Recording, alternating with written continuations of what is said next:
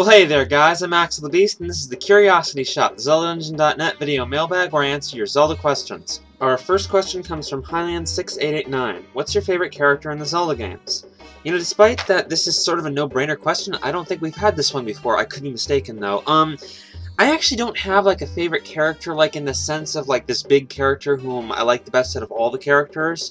But, and I don't really like Link, Zelda, or Ganon that much as my favorite characters. It's more like, I have a list of a lot of, like, obscure, odder characters that I like a lot, such as, Dampé the Gravekeeper, like, Marin from Link's Awakening, you know, the Windmill guy, perhaps, characters like the Skull Kid, like, Igos du Icona, you know, the King of Icona, a lot of the Icona characters, actually, you know, Salvatore from the Wind Waker, the minigame shop guy, you know, the Poe salesman, the guy who sells you the lantern oil in Twilight Princess, or King Bulblin, who I've come to like quite a lot after I wrote a fanfic about him and probably overanalyzed his character.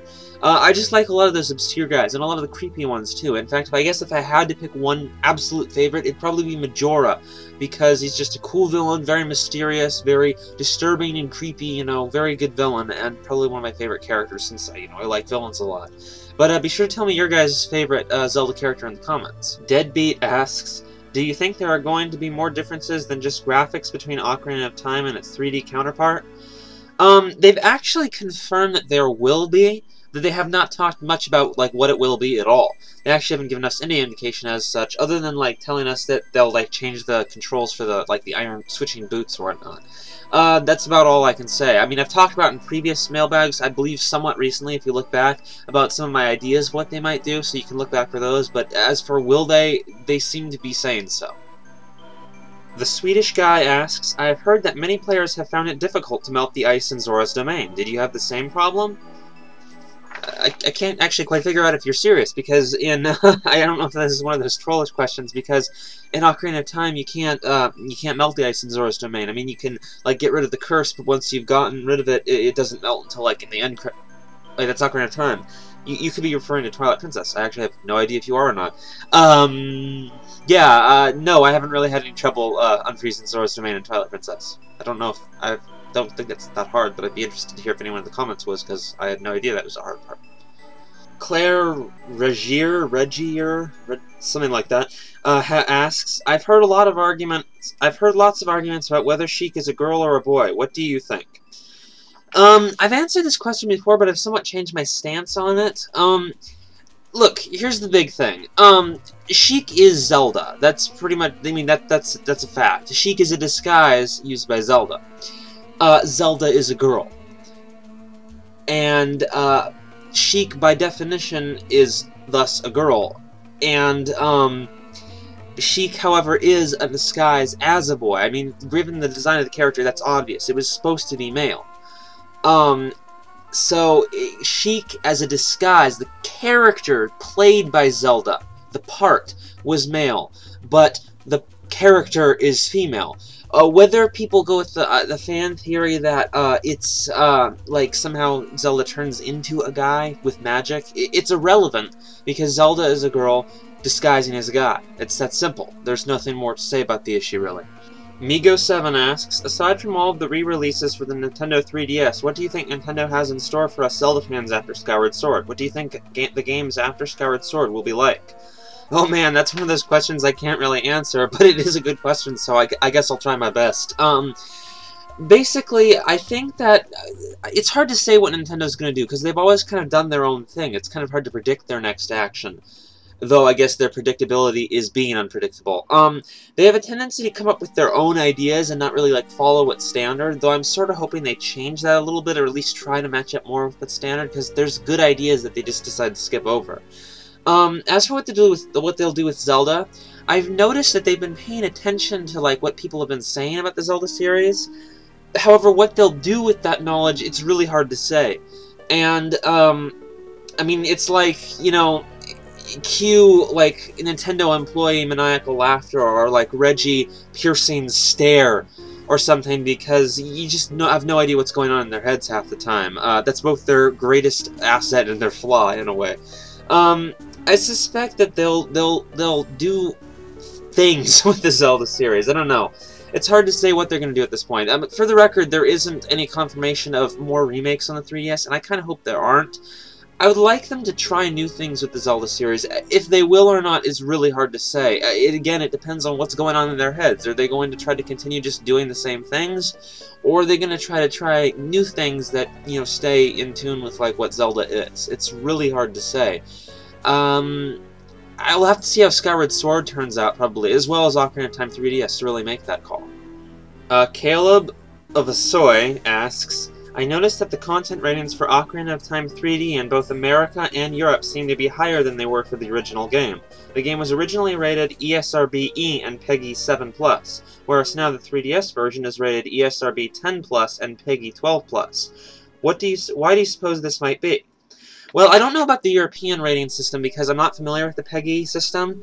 However, I do know that the E10+ rating with the American ESRB rating system did not exist when Ocarina of Time first came out. I actually, when it came out, I thought it was a great idea because often you'd see games that were a little inappropriate to be E-rated ending up with E ratings, and games that are a little too innocent for the teen rating getting the teen ratings. And E10+ was this perfect middle ground between them. So Ocarina of Time didn't have that because it didn't exist. It could imply that they're not going to cut out the some of the blood and stuff that they actually edited out of the original version of Ocarina of Time, or simply that the enhanced graphics will make some things like the torture devices in the bottom of the well a little more prominent and disturbing in this version, or like Bongo Bongo's, you know, decapitated neck that turns into like a flower eye. That is pretty disturbing when you think about it. King of Red Lions asks, in the Wind Waker, why did Ganondorf make the bird throw Link? Why didn't he just kill Link while he was weak? Well, King of Red Lions, think of it from this point of view. Think of it from Ganon's point of view, okay? He was only defeated once so far on the timeline in Ocarina of Time, and he was defeated by, like, a young adult or like a man. He encountered Link when he was a kid, but he was a kid then, and he kicked his butt. He just knocked him aside with some magic. He wasn't worth worrying about. Link himself only could defeat Ganon because he was the hero of time, because he wasn't old enough to be the hero of time when he was a kid. That's why he had to sleep in the Temple of Time and grow older. So as far as Ganon knows, there's no reason for this kid, dressed as the hero of time or not, to be dangerous to him. And in the Wind Waker, they showed Ganon with more compassion. They showed him, like, he even told Link and Zelda he wasn't going to kill them. That was at the end of the game, after they were distinct threats. So he was a more compassionate Ganon, and he wasn't just going to kill this little kid, and you know, it wasn't until later that Link, as a kid, earned the, like, being a hero, so he did something that the hero of time himself really quite couldn't exactly. Additionally, it's kind of not necessarily accurate to say he didn't try to kill him, because he threw him into the ocean in the middle of nowhere with no one to save him. He was dead. If it wasn't for, you know, King of Red Lions, you yourself, who asked this question, who saved him. I mean, you should know this already, right? Hero of Hyrule asks, I was wondering why there's so many Mario references in Zelda, Link's Awakening in particular. Does this mean that Link plays too many video games, or is it even possible that Mario once was in Hyrule? No, there's definitely no canonical basis for, like, this connection. There's a ton of Mario references in Zelda because Zelda is a major Nintendo series and Mario is a major Nintendo series. As a writer, I can confirm that it would be fun as hell to throw in stuff and, like, familiar themes from one story into another story. It's just a fun idea. It's just like it's like an Easter egg, a cameo. As for Link's Awakening's, like, prevalence of it, I'd just chalked it up to Link's Awakening being kind of an odd game in general. It was an unusual game, and I think that it just fit in that game. Vixie Link asks, is it possible that the world in Phantom Hourglass could be a flooded Termina? You know, I've heard this theory a lot, and, you know, to be honest, I've never really seen it. In fact, I actually don't normally answer this question, even though I get it a lot, and the reason I'm answering it is because I actually get it quite a lot. So, but basically, you know, people have pointed out similarities, such, like the person who asked this question, I cut it out, but they mentioned that there's, like, there is the Kingdom of Icona plus, the Cobble Kingdom, and that's kind of like a connection between the two, or at least a similarity. And there's, like, the dreamlike, surreal nature of Majora's Mask, mixed with the fact that Phantom Hourglass is a dream. I'd actually say that Phantom Hourglass has more, like, potential canonical connections to Link's Awakening, what with the Windfish stuff. I don't see any really massive similarities between Majora's Mask and Phantom Hourglass. I mean, feel free to point them out to me, I guess, in the comments or in another question. But all the ones that have been mentioned, I just don't see it. Any similarities are probably coincidental, and or not necessarily more than you'd see between any Zelda games, considering they share cameo references from previous games, or just references in general, and just all kinds of familiar stuff. I don't see it with this one, personally. Sorry to say. Alright guys, that's it for this time. Be sure to send your questions to the contact page down in the description or up in the description, and I'll see you guys later.